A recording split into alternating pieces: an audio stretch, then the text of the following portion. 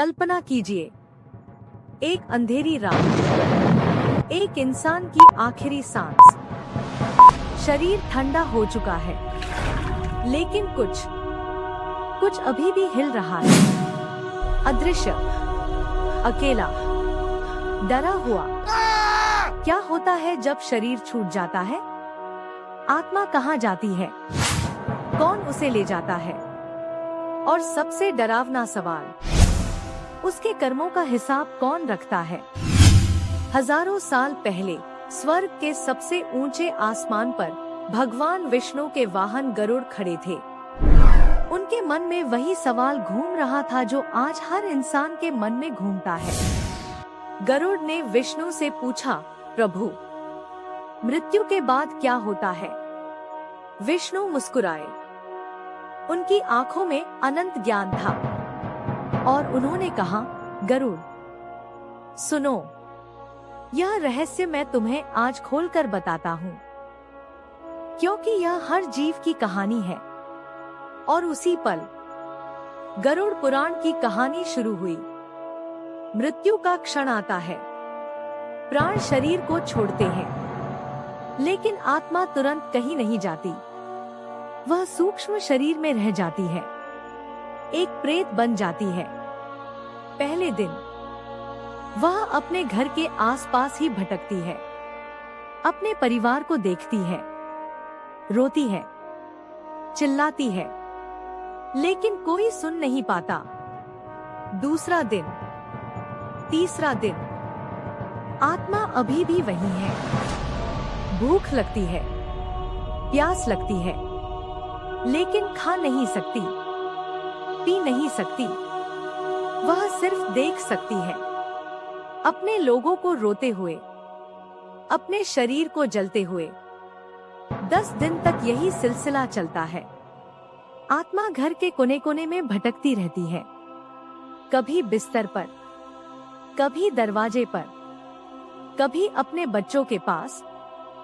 वह चीखना चाहती है, मैं यहाँ हूँ, लेकिन आवाज नहीं निकलती। 11वें दिन परिवार श्राद्ध करता है, पिंडदान करता है, तर्पण करता है।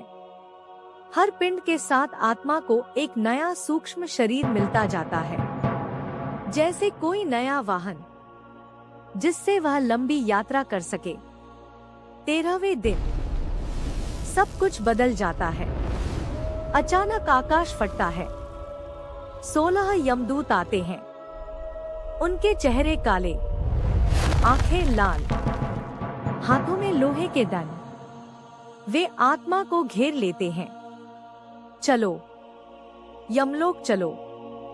आत्मा डर जाती है, लेकिन भाग नहीं सकती। यमदूत उसे खींचकर ले चलते हैं। अब शुरू होती है वो भयानक यात्रा।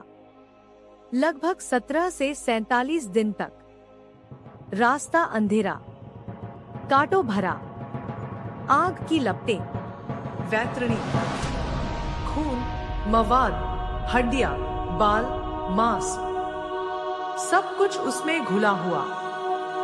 पापी आत्मा को उसमें कूदना पड़ता है। जानवर उसे काटते हैं, नदी उसे निगलने की कोशिश करती है।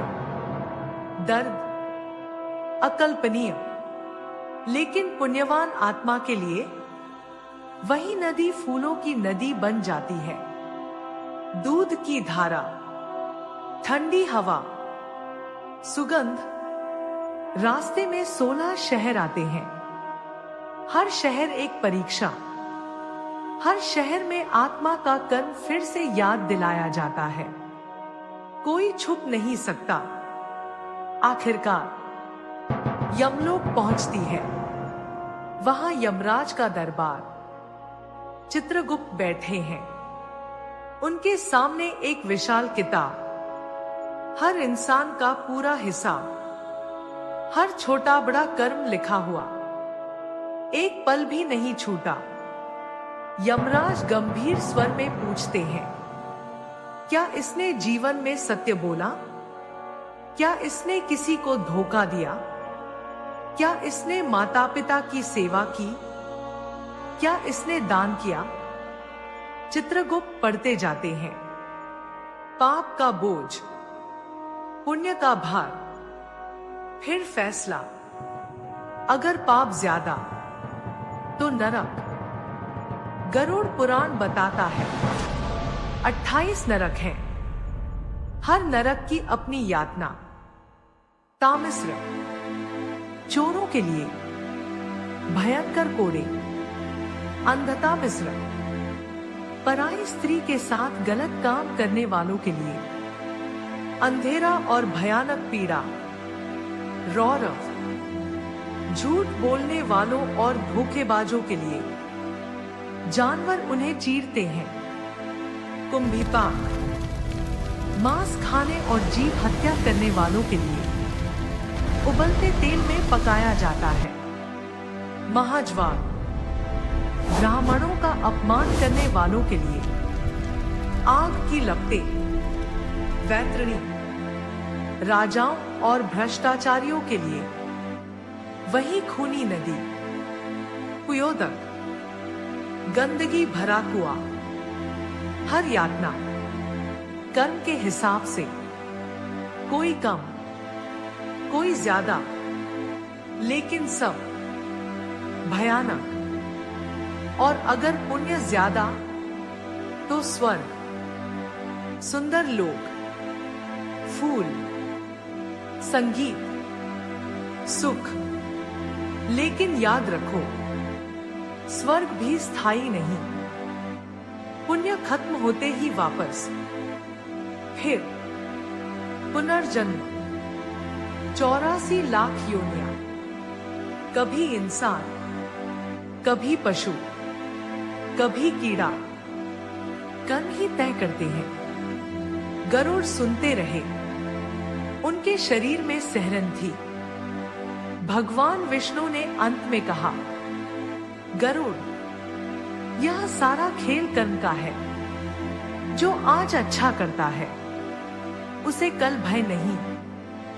माता पिता की सेवा करो, सत्य बोलो, दान दो, किसी को कष्ट मत पहुंचाओ। और सबसे बड़ी बात, अंतिम समय में मेरा नाम लो, तो फिर कोई यमदूत नहीं आएगा, कोई नरक नहीं होगा। यह गरुड़ पुराण का संदेश है। यह कोई डराने वाली कहानी नहीं, यह जागने की कहानी है। अभी अभी जीते हो, अभी सांस चल रही है, अभी समय है। क्या तुम अपना हिसाब साफ करके रखोगे या यमदूतों का इंतजार करोगे? सोचो, समय बहुत कम है।